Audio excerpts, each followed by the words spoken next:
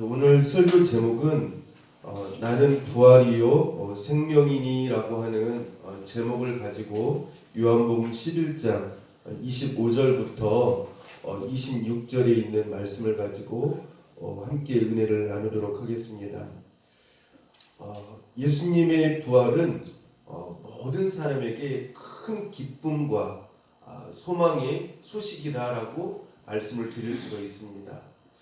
우리가 어떻게 보면 이 세상을 살아가면서 이 땅에서 큰 축복을 받았다 할지라도 이 죽음에 대한 이 문제가 해결되어지지 아니한 사람들은 인생의 본질적인 가장 중요한 문제가 해결되어지지 않은 그런 사람들이다라고 이렇게 말씀을 드릴 수가 있습니다. 결국은 모든 사람들이 무엇을 향해서 달려가고 있습니까? 죽음을 향해서 달려가고 있어요. 많은 사람들이 이 땅에서 꿈을 가지고 또 여러 가지 인생의 목적을 가지고 인생의 어떤 성공을 가지고 자기 나름대로 이 세상을 살아가지만 그것이 목적이 되어줄 수가 없어요. 아무리 성공하고 이 세상에서 행복하고 잘 나가는 인생이고 아무리 큰 축복을 받았다 할지라도 결국은 어떤 목적지로 가게 되어져 있습니까? 죽음이라고 하는 그 목적지로 이 세상에 있는 생명이 있는 그 모든 것은 죽음을 향해서 달려가고 있다라고 하는 것이죠. 그렇기 때문에 인생에 있어서 이 죽음이 해결되어지지 아니하면 우리 인생의 진정한 문제가 아직 해결되어지지 않은 사람이다라고 말씀을 드릴 수가 있습니다. 여러분들 이 죽음이 어떻게 시작되었습니까? 죽음의 원인이 무엇입니까? 성경은 그 원인을 창세기에서부터 말씀을 해주고 있죠. 하나님께서 에덴 동산에 아담과 하와를 창조하시고 난 다음에 어떻게 하라고 말씀하셨습니까? 에덴 동산에 있는 그 많은 그 좋은 것들은 너희들이 다 누려라. 마음껏 먹고 마시고 해라. 누리는 삶을 살아라. 다스려라. 말씀을 하셨어요. 그런데 한 가지 하나님께서 하지 말라라고 하는 것이 있었습니다. 그것이 무엇이었습니까? 선과 악을 알게 하는 나무의 열매를 먹지 말라. 이것을 먹는 날에는 반드시 어떻게 하게 되어진다라고요? 죽게 되어진다라고 하나님께서 말씀을 하셨습니다. 왜 하나님께서 선과 악을 알게 하는 나무의 열매를 만드셔서 먹지 말라라고 하는 그 명령을 또한 그 나무를 왜 그곳에 두셨을까? 왜 또 그 말씀을 하셨을까? 많은 사람들이 그 부분에 대하여서 의아해하고 의구심을 갖고 선과 악을 알게 하는 나무를 만들지 말고 그냥 거기에서 살게 하셨으면 얼마나 좋겠느냐 이렇게 말하는 사람들이 참 많아요. 그러나 이 선과 악을 알게 하는 이 나무는 아담과 하와로 하여금 축복의 자리에 머물게 하기 위하여서 이 선과 악을 알게 하는 나무를 그곳에 심으셨다라고 하는 사실을 우리는 알아야 합니다. 무슨 말씀이냐면은 아담과 하와의 축복이 무엇이냐면요, 환경이 좋은 에덴 동산에 살기 때문에 아담과 하와가 축복을 받은 것이 아니에요. 무엇 때문에 축복이냐?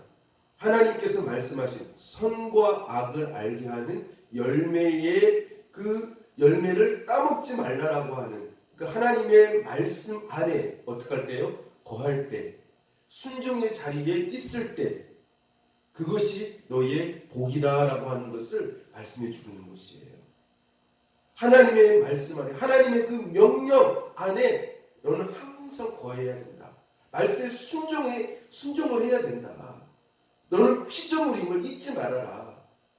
너보다 위에 계신 하나님이 계심을 잊지 말아라. 그리고 너한테 명령하신 그분이 계신데, 너보다 위에 계신 그분이 계신데, 그 명령하시는 그분을 항상 잊지 말고 겸손하고 그분을 생각하면서 그 말씀에 너는 순종해야 된다. 그것이 바로 너의 복이다라고 알려주시기 위하여서 선과 악을 알게 하는 그 나무를 에덴 동산에 두셨다라고 하는 것이죠. 그래서 아담과 하와의 본질적인 복은 무엇이냐? 바로 선과 악을 알게 한 그 열매를 따먹지 말라라고 하는 순종을 통해서 그 순종 안에 거하게 될 때, 말씀 안에 거하게 되어졌을 때 그것이 바로 복이라고 하는 것이죠. 마찬가지예요, 여러분들. 우리가 이 세상을 살아가면서도요, 우리는 뭐 좋은 환경, 뭐 성공, 형통한 환경, 축복, 그것을 원하고 바라지만 그것이 축복의 본질이 아니에요. 축복은 무엇입니까? 하나님의 그 명령 아래, 그 명령에 순종하는 그 말씀 안에 거하게 되어졌을 때 그것이 바로 복 있는 사람인 것이죠. 여러분 말씀 안에 거하시는 축복의 역사가 있기를 바랍니다. 자, 근데 아담과 하와가 어떻게 했습니까? 마귀가 찾아와가지고 어떻게 합니까? 네가 이것을 먹으면 내 눈이 밝아서 하나님처럼 된다라고 하는 그 유혹에 어떻게 하게 되어졌어요? 넘어가고 말았어요. 마음을 빼앗기고 말았어요. 여러분들 우리 안에 있는 욕심을 조심하시기를 바랍니다. 그 죄의 본질을요, 깊이 이렇게 안에 이렇게 들어가서 보면은요, 그 안에 결국은 무엇이 자리 잡고 있습니까? 죄라고 하는 그 본질 안에는요, 그 깊이 안에 들어가서 보면은요, 욕심이라고 하는 그것이 그 죄 안에 자리 잡고 있어요. 그렇기 때문에 모든 사람이 짓는 그 죄 안에는 욕심이 자리 잡고 있다라고 하는 것입니다. 그러니까 여러분들 아담과 하와가 죄를 지은 이유가 결국 무엇이에요? 욕심 때문에 그렇거든요. 욕심 때문에 그래요. 하나님처럼 되려고 하는, 하나님처럼 눈이 밝아지려고 하는 그 욕심이 자리 잡고 있기 때문에 죄를 짓는다라고 하는 것이죠. 여러분들 우리가 이 세상을 살아가면서 죄를 짓는 이유가 뭐예요? 다 보면은 그 내면 안에 보면은요, 하나님의 말씀에 불순종하는 이유가 뭐냐면은 욕심 때문에 그런 거예요. 여러분 욕심이 뭐예요? 다른 말로 말하면은요, 하나님보다 자기를 더 사랑하는 마음, 그렇죠? 그게 바로 욕심이에요. 자기를 더 사랑하는 그 마음을 가지고 살아가는 것이에요. 하나님의 영광. 그러니까 그 욕심이 자리 잡고 있기 때문에 그 욕심이 결국 불순종으로 나타나게 되어진다고 하는 것이죠. 그래서 여러분들 아담과 하와가요, 선악과를 따먹었기 때문에 그들이 사망에 거하게 된 게 아니에요. 아담과 하와에게 죽음이 찾아온 것은 선악과를 따먹었기 때문에 그들이 죽음의 자리에 있게 되어진 것이 아니라 하나님의 말씀에 선과 악을 알게 하는 그 열매를 따먹지 말라라고 하는 그 말씀이 어떻게 되었기 때문에요? 불순종했기 때문에. 불순종이라고 하는 말은 무슨 말이에요? 죄 때문에. 죄로 말미암아 어떻게 되어진 것이에요? 죽음이 찾아온 거예요. 우리가 그걸 알아야 돼요. 그러니까 많은 사람들이 착각하는 것이 선악과 그 자체에 아담과 하와를 죽이게 하는 어떤 그 자체가 있다라고 생각이 들죠. 그게 아니에요. 제가 늘 말씀을 드리지만 하나님께서는 선악과뿐만 아니라 사과나무를 통해서, 배나무를 통해서, 어떤 다른 나무를 통해서 말씀하실 수 있는 것이에요. 그것 자체를 통해서 아담과 하와에게 죽음이 찾아온 게 아니에요. 그걸 따먹지 말라라고 하는 뭡니까? 하나님의 무엇이에요? 말씀에 불순종했기 때문에, 그 죄 때문에 그들이 어떻게 하게 되어진 것이에요? 죽음이 찾아온 것이에요. 그래서 이 사망이라고 하는 그 배후에는 항상 무엇이 있습니까? 죄가 도사리고 있어요. 그 죄의 배후에는 뭐가 있습니까? 욕심이 자리 잡고 있어요. 그렇죠? 그래서 야고보서에서 보면은 욕심이 잉태한즉 죄를 낳고 죄가 장성한즉 사망을 낳느니라. 그러니까 여러분들이 이 욕심을 정말 조심해야 돼요. 하나님 앞에서. 하나님 앞에서. 그래서 그 하나님 앞에서 내 마음을 비우는 것이 얼마나 중요한지 몰라요. 하나님의 그 말씀 앞에서 내 마음을 비우지 아니하면 우리는 항상 어떻게 해요?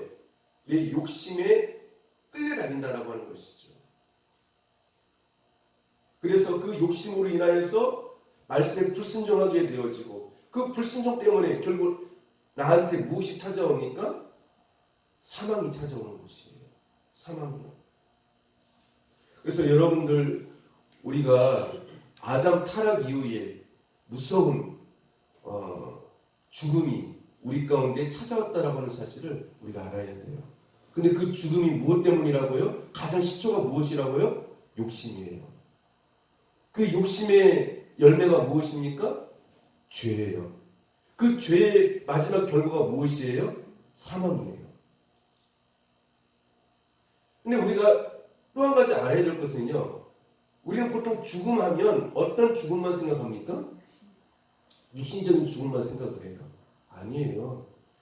여러분들 성경에서 볼 때요. 하나님께서요. 볼 때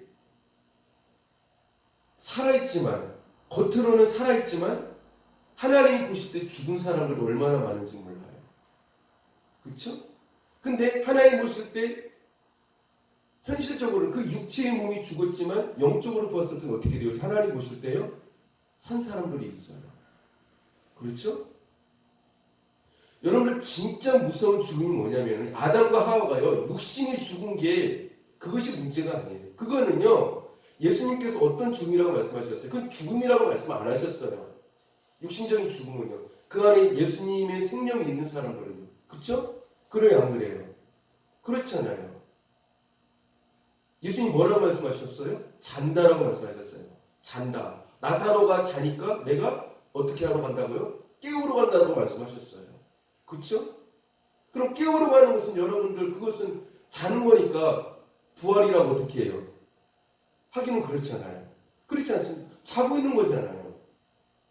여러분들 오늘 이렇게 밤새도록 자고 오셨는데 아침에 부활하신 겁니까? 아니잖아요.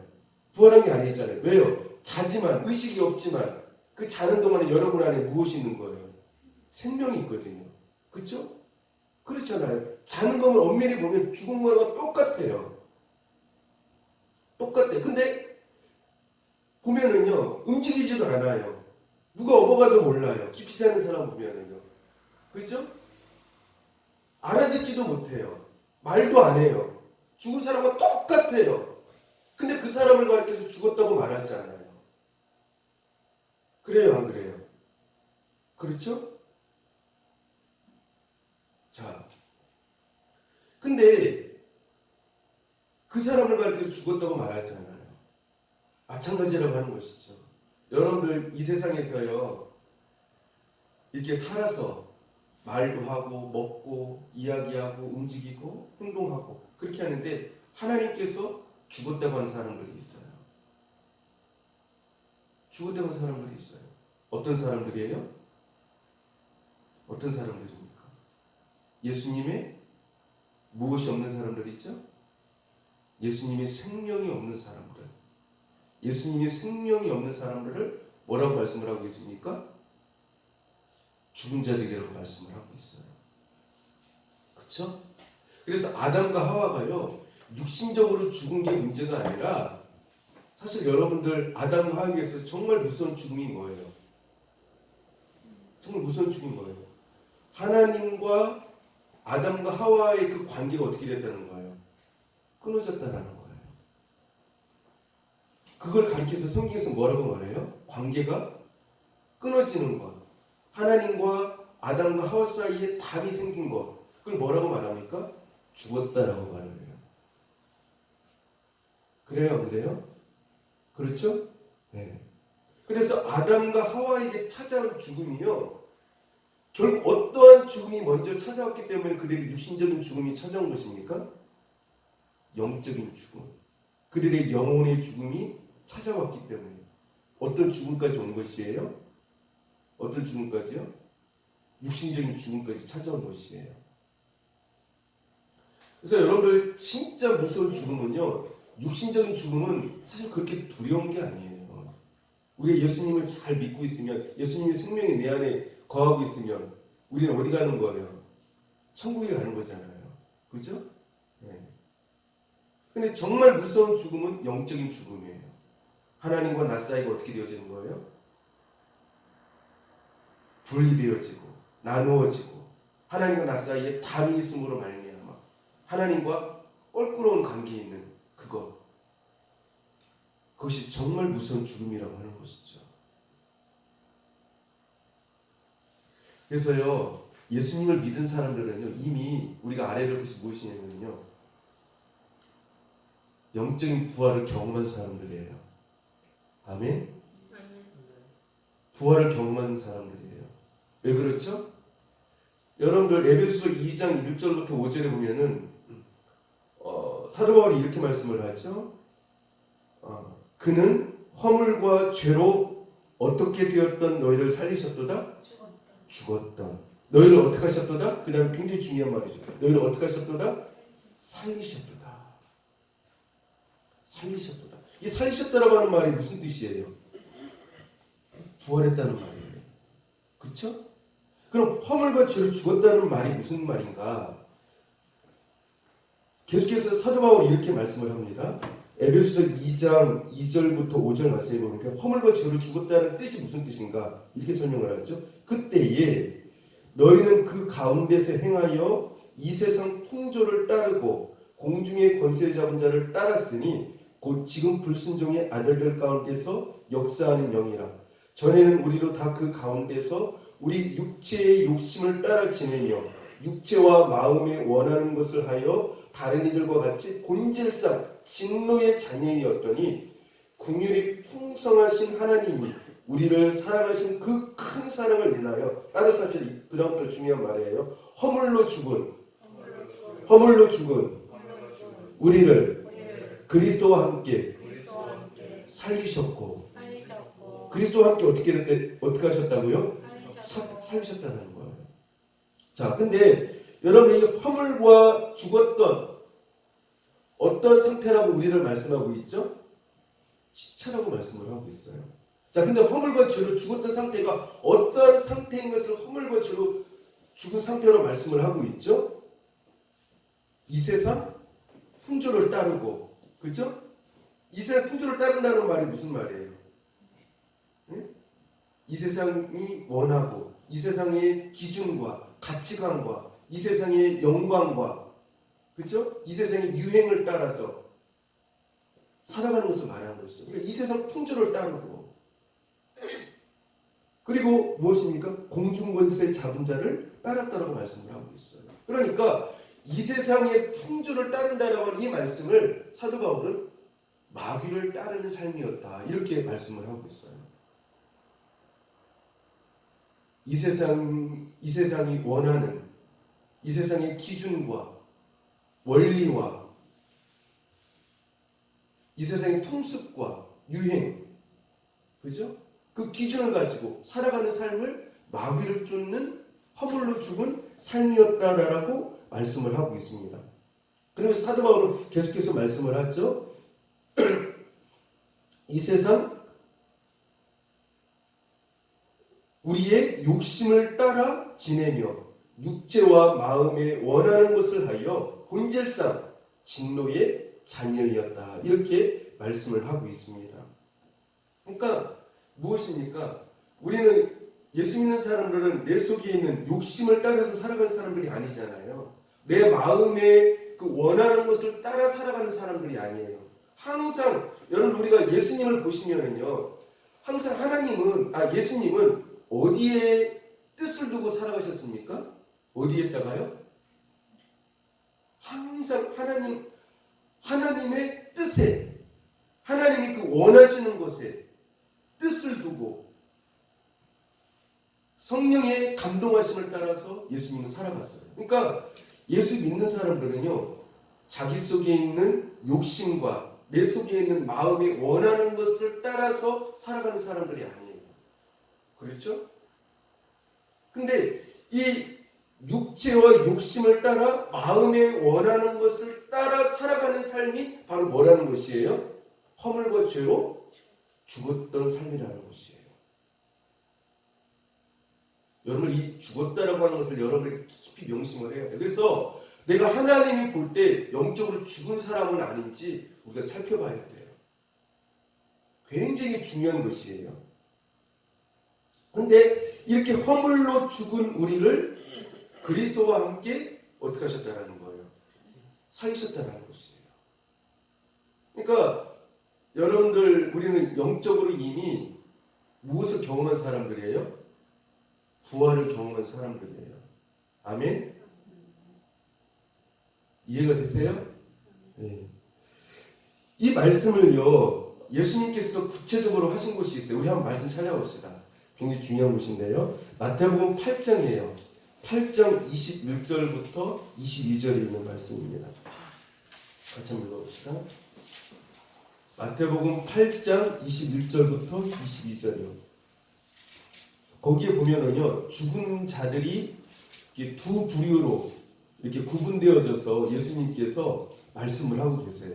그렇죠? 같이 한번 읽어봅시다. 자, 시작. 제자 중에 또 한 사람이 이르되 주여 내가 먼저 가서 내 아버지를 장사하게 허락하옵소서. 예수께서 이르시되 죽은 자들이 그들의 죽은 자들을 장사하게 하고 너는 나를 따르라 하시니라.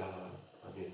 여기에 보면은 예수님께서 죽은 자를 두 부류로 말씀을 하고 있죠. 뭐라고 말씀하고 있습니까? 죽은 자들이 그들의 죽은 자들을 어떻게 하고요? 장사하게 하고 너는 나를 따르라 이렇게 말씀을 하고 있어요. 그러니까 이 말씀이 나오게 된 이유가 무엇입니까?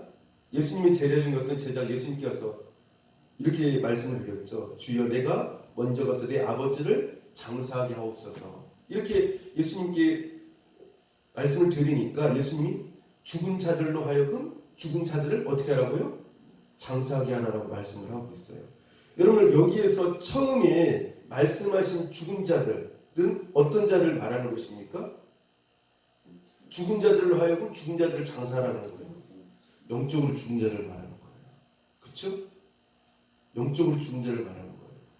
두 번째 말씀하신 죽은 자는 어떤 자입니까? 육신이 죽은 자를 말하는 것이에요. 그러니까 여기서 중요한 것은 우리가 뭔가를 알 수 있냐면요. 우리의 영혼이 먼저 어떻게 되어져야 된다는 걸 알 수가 있어요. 부활해야 된다는 걸 알 수가 있어요. 다시 살아야 된다는 걸 알 수가 있어요. 그러니까 우리는 아담 타락 이후에요. 어떻게 해요? 죽은 자들이었어요. 그렇죠?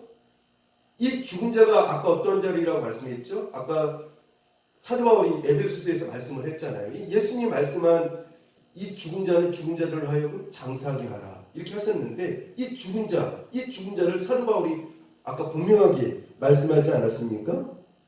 이 세상 풍조를 따르고 그 다음에 뭐예요? 육체의 욕심을 따르고 육체와 마음에 원하는 것을 따라 살아가는 사람들이죠. 그러니까 이런 사람들은 뭐를 따라서 살지 않는 사람들이에요. 한마디로 말하면요. 성령과 말씀을 따라서 하나님의 뜻을 따라서 살지 않는 사람들이에요. 그러니까 말씀에 민감하지 못한 자들, 말씀과 전혀 무반응인 사람들, 그렇죠? 하나님께서 뭐라고 말씀을 하셔도 거기에 대해서 전혀 반응이 없는 거예요. 반응이 없어요. 이런 사람들이 뭐라고 말씀을 하고 있습니까? 바로 죽은 자들이라는 것이에요. 여러분들 요한계시록 3장 1절에도 보면은요. 이 죽은 교회에 대해서 말씀을 하고 있어요. 어떤 교회일까요? 예, 사대교회예요. 그렇죠? 요한계시록 3장 1절 말씀에 보니까 이렇게 말씀을 합니다. 사대교회의 사자에게 편지하라. 하나님의 일곱 영과 일곱 뼈를 가지신 이가 이르시되 내가 내 행위를 아노니 내가 살았다 하는 이름은 가졌으나 죽은 자로다. 분명히 뭡니까? 누구를 향해서 예수님 말씀을 하고 있죠? 교회예요. 교회. 사대 교회예요. 사대라고 하는 뜻이 뭐냐면요. 살았다라고 하는 뜻이에요. 그런데 예수님 뭐라고 말씀을 하세요? 너희가 살았다라고 하는 이름을 가졌지만 하나님이 보기에 어떻다라는 것이에요? 죽었다라는 것이에요. 죽었다라는 것이에요. 그러니까 이 사대교회는 나름대로 종교적인 모습이 있었을 것이에요. 예배도 드리고 찬양도 드리고, 그죠? 또 어떻게 했겠습니까? 말씀도 듣고, 어떤 그런 종교적인 모습이 있었어요. 그런데 그들의 중심을 보면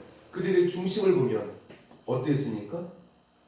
마음과 삶이 어떻게 해요? 틀려요. 우리가 이사야서에 보면 하나님께서 한탄하시잖아요. 이 백성이 말로는 나를 사랑한다고 하지만 그 중심은 하나님에게서 어떻다라고요? 멀도다. 말로는 하나님을 사랑한다라고 말을 해요. 근데 하나님 뭐라고 말씀하시냐면은 이들의 중심은 내게서 멀도다.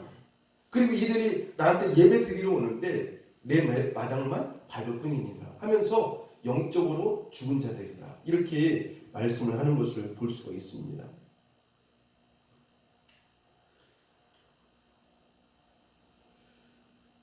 그러니까 여기 보면 이 사대교회가 영적으로 예수님 보실 때 어떤 교회였다라는 것이에요. 죽었다라고 이렇게 말씀을 하고 있어요. 그래서 성경은 영혼이 죽은 영적인 상태를 몇 가지로 설명을 해주고 있습니다. 첫 번째로요. 자, 죽은 사람이 어떤 사람입니까? 첫 번째 가장 중요한 거죠. 예수님을 내 마음 가운데, 내 인생 가운데 예수님을 어떻게 하지 않은 거예요? 주인으로 모시지 않은 그 사람이 어떤 거라는 거예요? 죽은 사람이라고 하는 것이죠. 여러분들 우리가 성경에 보면은 교회인데도 불구하고 예수님이 밖에 있는 그러한 교회가 있었었죠. 교회예요. 근데 예수님이 그 안에 계시질 않아요. 어떤 교회였습니까? 라오디아 교회였어요. 그 교회는 어떤 교회예요? 겉으로는 교회인데 생명이신 예수님이 그 안에 어떻게 된 거예요? 계시질 않아요. 여러분 이게 굉장히 중요한 거예요. 그러니까 오늘날 많은 그 라오디아 교회 성도와 같은 라오디아 교회와 같은 그런 성도들이 굉장히 많다는 것이에요. 오늘날 교회에 다니고 예배는 드리는데 예수님이 어디에 계신 사람이 많아요? 내 마음 밖에, 내 인생 밖에 있는 성도들이 얼마나 많은지 몰라요. 그게 바로 무엇입니까? 영적으로 죽은 교회, 영적으로 죽은 사람이죠. 그래서요, 그 사람이 살았느냐 죽었느냐는요, 내가 지금 이렇게 호흡을 하고 있고 내가 이렇게 움직이고 그것을 가지고 죽음의 기준을 성경은 정하지 아니에요. 성경에서의 살았느냐 죽었느냐는요, 생명이신 예수님이 그 사람 안에 거하고 있느냐 거하고 있지 않느냐, 그것을 가지고 살았느냐 죽었느냐 평가하는 것이에요. 그래서 내가 이 땅에서 아무리 잘 나가고 아무리 건강하고 활발한 활동을 하고 있다 할지라도 예수님이 내 인생에 내 마음 밖에 있으면 그 사람은 어떤 사람이에요? 죽은 자라는 것이에요. 두 번째로 영적으로 죽은 사람이 어떤 사람이냐? 아까도 말씀드렸지만 하나님과 나와의 관계가 어떻게 되어진 것이에요? 하나님과 나와의 관계가 분리되어지고 어그러져 있고 막힌담이 되어 있는 상태가 영적으로 죽은 상태다라고 성경은 말씀을 하고 있어요. 여러분 이 세상에서 최고의 복이 뭔지 아십니까? 하나님과 나와의 관계가요 가장 좋은 거예요. 관계가요. 담이 없는 거예요. 그게 이 세상에서 최고의 복이에요. 아멘. 근데 사람들은요 그걸 몰라요. 그러니까 하나님과의 그 관계가 어떻게 되든 간에 나만 잘 되면 그게 복인 줄 알아요. 아니에요. 복이라고 하는 것은 하나님과 나와 화평한 관계가 되어졌을 때, 좋은 관계가 되어졌을 때, 하나님이 나와 가까이 했었을 때, 그러니까 하나님과 나 사이 막힌 담이 없을 때 그걸 가리켜서 복이라고 말하는 것이에요. 그래서 여러분들 하나님과의 관계가 막히면 영적으로 죽은 사람이에요. 여러분들 죄로 말미암아 불순종으로 말미암아 하나님과의 관계가 무너지지 않기를 바랍니다. 막힌다는 일이 생기지 않기를 바랍니다. 그 다음에 세 번째, 어떤 사람이 성경에서 영적으로 죽은 사람이라는 말씀을 하고 있냐면요, 따라서 합시다. 말씀에 대한 행함이 없을 때 그 사람을 죽은 사람이라고 해요. 여러분들 육신적으로 죽은 사람을 보면은 움직여요, 안 움직여요? 아무리요 그 사람에게 소리를 지르고 고함을 치고 막 흔들면서 행동하라고 말을 하라고 해도 움직이지 않아요. 왜요? 죽었기 때문에 그래요. 마찬가지예요. 여러분들 영혼이 죽은 사람은요, 말씀에 반응이 있을까요, 없을까요? 네? 말씀에 반응이 없어요. 왜요? 무엇이 죽었기 때문에요? 영혼이 죽었기 때문에 그래요. 전혀 말씀에 움직이질 않아요. 그러니까 내 영혼이 살아있는 거 안 살아있는 걸 어떻게 할 수 있냐면요, 말씀의 순종함을 통하여서, 말씀의 행함을 통하여서 어떻게 해요? 내가 살아있구나. 예수님의 생명이 내 안에 있구나. 그래서 야고보서에서 그렇게 말씀을 하고 있는 거예요. 행함이 없는 믿음은 죽은 것이로다. 무슨 뜻인지 아시겠죠? 그러니까 시체라는 것이에요. 영적으로요. 영적으로 움직이지 않는 거. 여러분 세상 사람들 한번 보세요. 말씀에 반응해요, 안 해요? 전혀 안 해요. 전혀. 말씀대로 움직이질 않아요. 말씀대로 행동하지 않아요. 죽었기 때문에 그래요.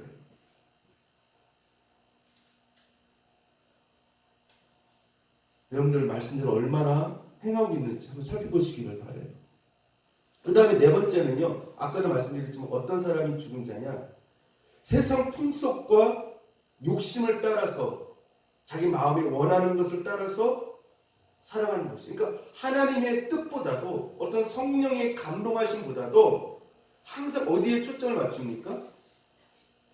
세상의 영광과 세상이 주는 어떤 그런 좋은 것들, 그 기준을 따라서 또 자기의 욕심과 자기 마음이 원하는 것에만 항상 초점을 둬요. 그런 사람이 아까도 말씀드렸죠. 사도 바울이 뭐라고 말했습니까? 허물과 죄로 죽었다라고 표현을 하고 있어요. 이런 사람이 바로 영혼이 죽었다라고 표현을 하고 있습니다.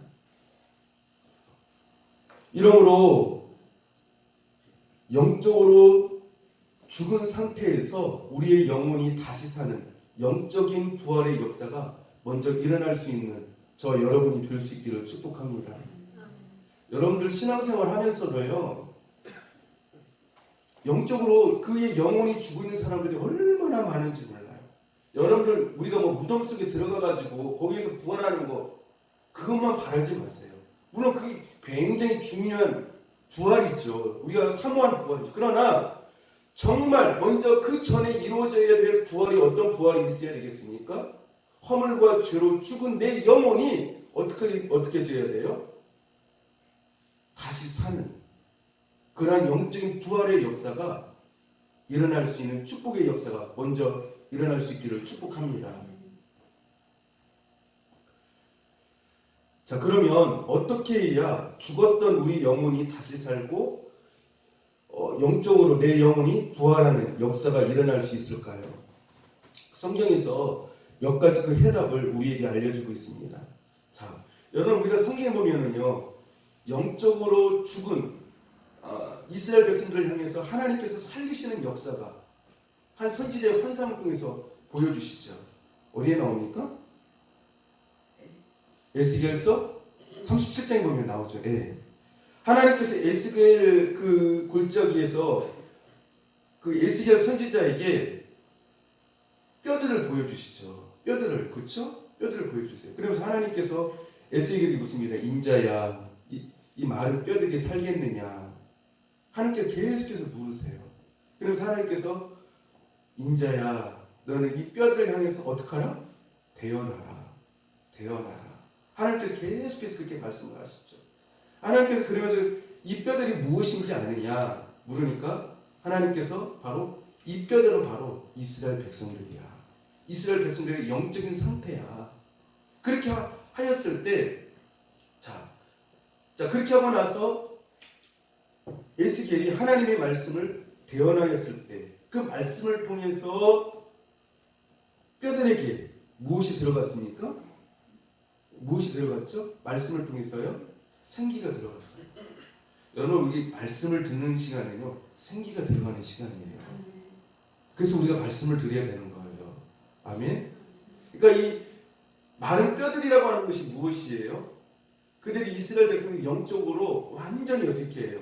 죽은, 그들의 영혼이 죽은, 아무 소망이 없는, 하나님 보실 때 아무런 소망이 없는 그런 상태인 것을 말하는 것이죠. 그들의 심령 가운데는 괴로움과 그 고통과 그 암담함과 슬픔으로 가득 차 있는, 그렇죠? 그러면서도 하나님과는 큰 담이 이렇게 있기 때문에 아무런 소망이 없는 그런 상태를 말하는 것이죠. 근데 말씀이 들려질 때, 대언하게 되어졌을 때, 그 대언하는 그 에스겔 선지자의 말씀을 통해서 어떻게 되어 있습니까? 생기가 그런 뼈들에게 들어가게 되어졌을 때 어떤 역사가 나타났습니까?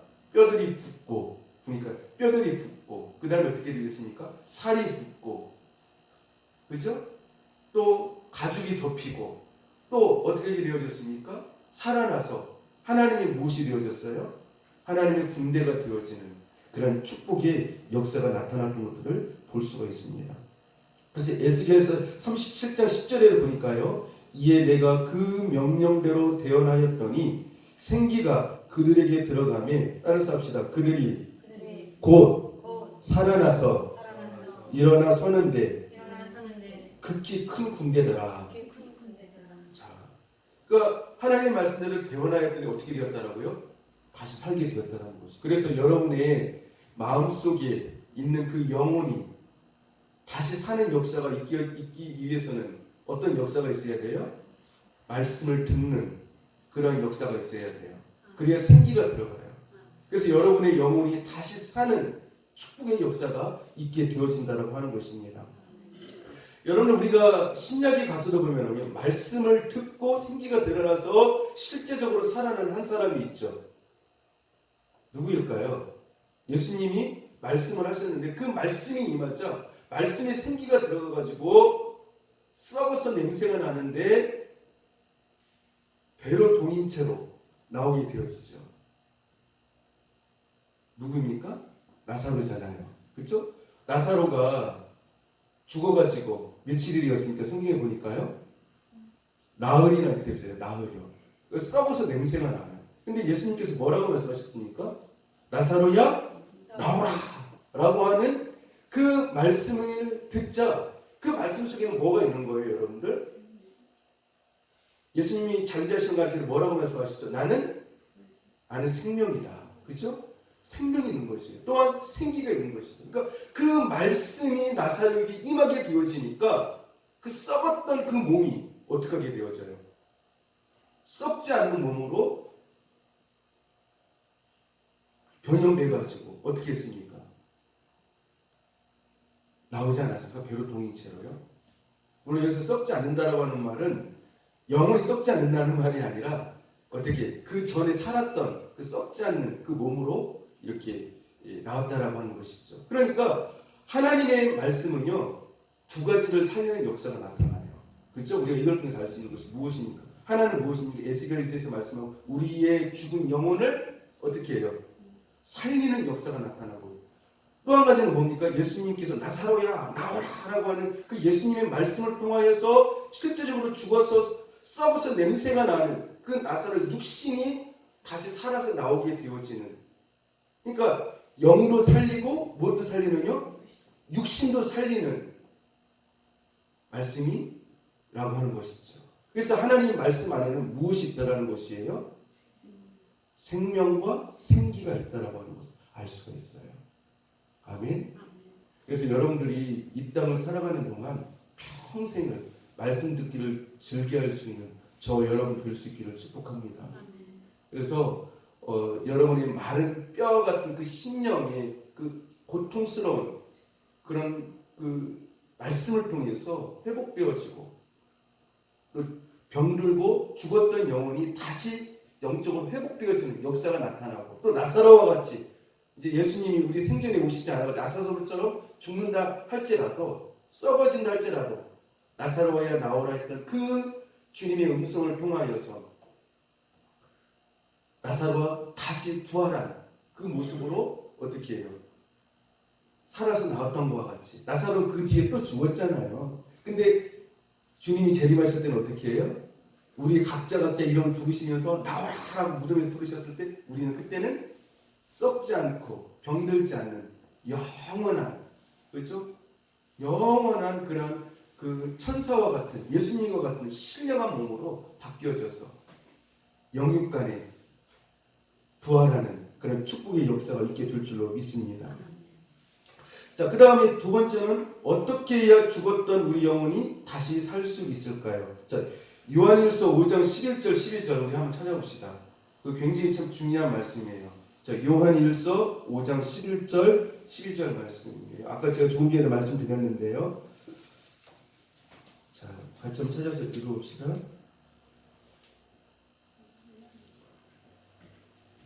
같이 한번 읽어봅시다. 자, 시작. 또 증거는 이것이니 하나님이 우리에게 영생을 주신 것과 이 생명이 그의 아들 아래에 있는 그것이니라. 아들이 있는 자에게는 생명이 있고 하나님의 아들이 없는 자에게는 무엇이 없느니라? 생명이 없느니라. 그러니까 아까도 제가 말씀드렸지만 하나님은 그 사람이 살았느냐 죽었느냐를 누구를 가지고 평가하신다는 것이에요? 예수님의 생명을 가지고요.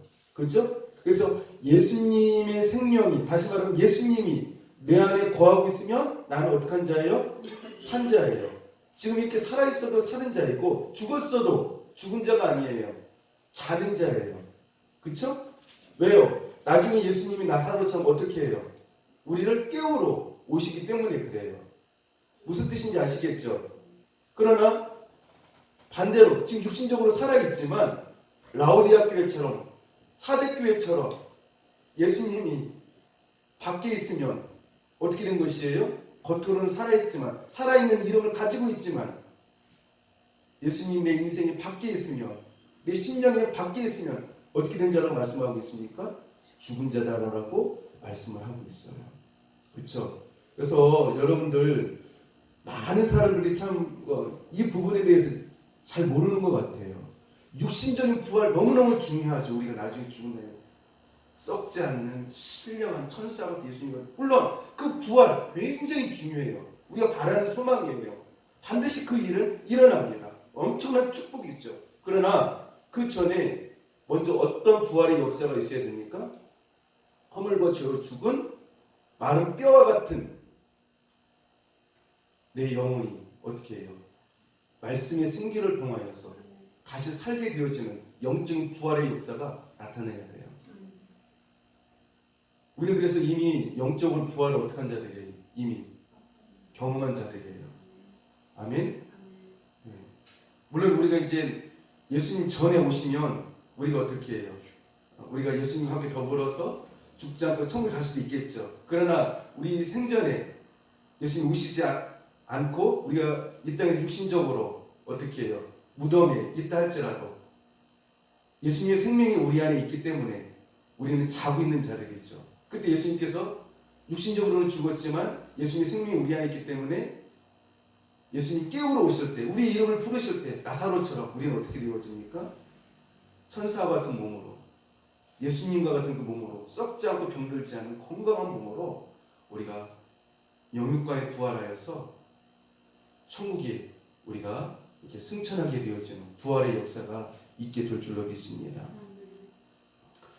자, 마지막으로요, 세 번째로, 그럼 어떻게 해야 죽었던 우리의 영혼이 다시 살고 영적으로 내 영혼이 부활의 역사가 일어날 수 있을까요? 말씀합시다. 물과 성령으로 거듭내야 합니다. 요한복음 3장 5절 말씀해 보니까요, 예수께서 대답하시되 진실로 진실로 내게 이르노니 사람이 물과 성령으로 나지 아니하면 하나님 나라에 들어갈 수 없느니라, 이렇게 말씀을 하고 있어요. 그러니까 여기서 물은 뭐를 말하는 걸까요, 여러분들? 제가 구약에서 물은 보니까 물이 하는 역할이 뭐냐면요, 물은 씻는 역할을 많이 해요. 제가 요즘 레위기를 계속 묵상을 하고 있거든요. 근데 이 레위기는 이스라엘 백성들이 죄를 지을 때마다 물로 씻으라고 말을 해요. 또 옷을 물로 빨으라고 말을 합니다. 옷을 빨아라. 그렇게 말을 하거든요. 옷은 무엇을 말하냐면요. 우리의 행실을 말해요. 우리 행실. 그래서 옷을 빨아라. 또 몸을 씻으라. 결국 영적으로 말하면 무엇입니까? 오늘날 그것을 우리에게 적용을 하면요. 그게 뭘까요? 회개를 말하는 거예요. 회개. 그러니까 내가 중생한 사람인지 아닌 사람인지는 어떻게 할 수 있냐면요. 하나님 앞에 어떻게 해요? 철저하게 회개하는 사람이에요. 여러분 오늘 예배 때 우리가 왜 제가 거기에다가 회개 기도, 참회 기도를 넣는지 아시죠? 예? 몇 달 전부터 거기다 넣었잖아요. 왜 그렇습니까? 일주일 내내 살면서도 회개 한번 제대로 하고 오지 않고 예배 드리는 분들이 많거든요. 그렇지 않습니까? 하나님 그 예배 받으시겠어요? 안 받으시죠. 그러니까 이 자리에 와서라도 하나님 앞에 먼저 어떻게 하라는 거예요?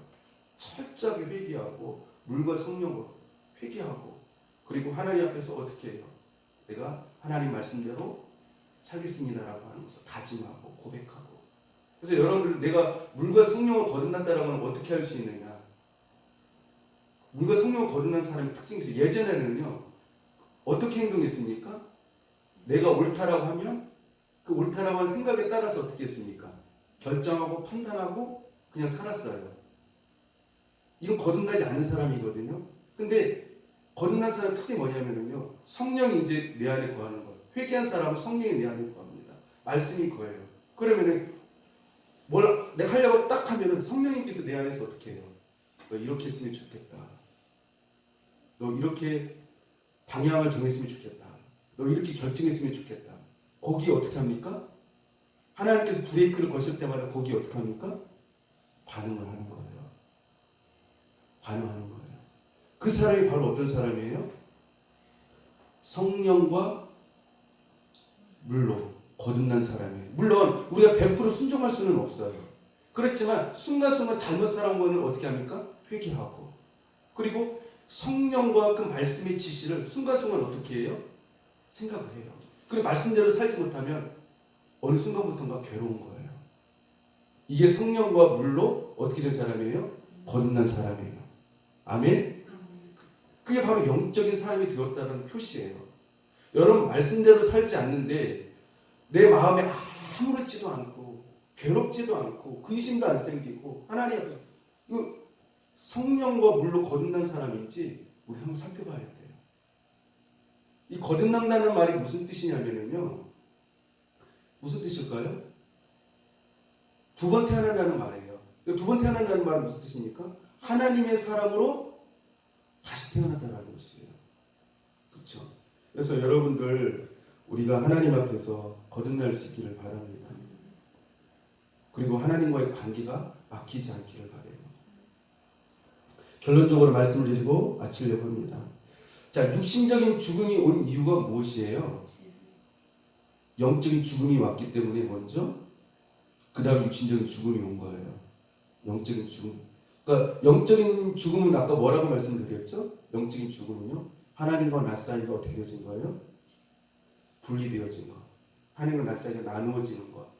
그것이 바로 영적인 죽음이에요. 그렇죠? 그러니까 아까 말씀드렸지만 불순종, 그 죄로 말미암아 먼저 우리에게 아담과 하와에게 무엇이 찾아왔습니까? 영적인 죽음이 찾아온 거예요. 그러니까 아담과 하와에게 정말 심각한 죽음은 뭡니까? 심각한 죽음은요? 영적인 죽음, 하나님과의 분리죠. 하나님과 나누어지는 것이죠. 이게 정말 무서운 죽음이죠. 예수님도요, 제가 여러 번 말씀을 드렸지만 예수님이 십자가상에서 십자가에 못 박히고 창에 찔리고 가시관을 쓰고 그것 때문에 너무너무 괴로워하셨던 것이 사실은 아니에요. 물론 그것도 괴롭죠. 육신적 예수님 육신의 몸을 입고. 근데 예수님에게 있어서 정말 십자가상에서 그 십자가 괴롭고 고통스러웠던 이유가 무엇이냐면요. 무엇이었을까요? 네. 모든 인류의 죄가 예수님께 오게 되어지니까 예수님 죄악덩어리가 되잖아요. 아무리 사랑하는 아들이지만 어떻게 되었어요? 하나님께서 고기를 돌리실 수밖에 없어요. 하나님 잠시이지만 예수님과 하나님 사이가 어떻게 되어졌어요? 분리되어졌어요. 나누어졌어요. 그거를 예수님이 굉장히 고통스러워하셨다고 하는 것이죠.